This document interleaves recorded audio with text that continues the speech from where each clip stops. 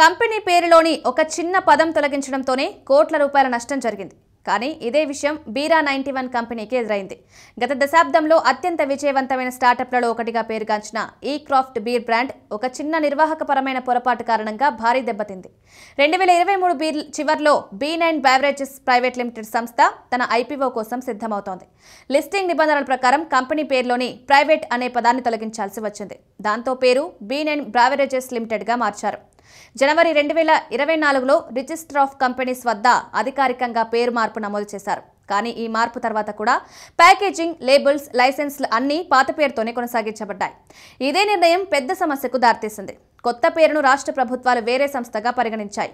ఫలితంగా బీరా 91 విక్రయాలను అనేక రాష్ట్రాలు నిలిపివేశాయి. కొత్త పేరుతో మళ్లీ లేబుల్ ఆమోదాలు, ఉత్పత్తి నమోదు, లైసెన్స్ల వంటి అన్ని అనుమతులను తిరిగి పొందాలని ప్రభుత్వాలు ఆదేశించాయి. రాత్రికి రాత్రే సరఫరా ఆగిపోయింది. కోట్ల రూపాయల విలువైన స్టాక్ గిడ్డంగుల్లో నిలిచిపోయింది.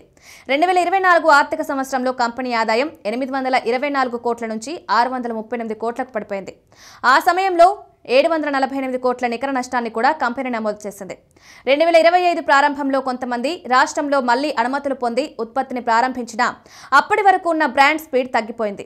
IPO ప్రణాళిక వాయిదా పడింది. అంతర్గత ఒత్తిడి పెరగడంతో వ్యవస్థాపకుడు చివరికి తన పదవి నుంచి తప్పుకున్నారు.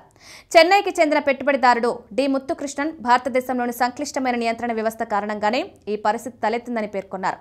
వ్యాపారంలో ప్రతి నిబంధనను ఖచ్చితంగా పాటించడం, నిపుణుల సలహా తీసుకోవడం ఎంత అవసరమో ఈ సంఘటన మరోసారి నిరూపించిందన్నారు.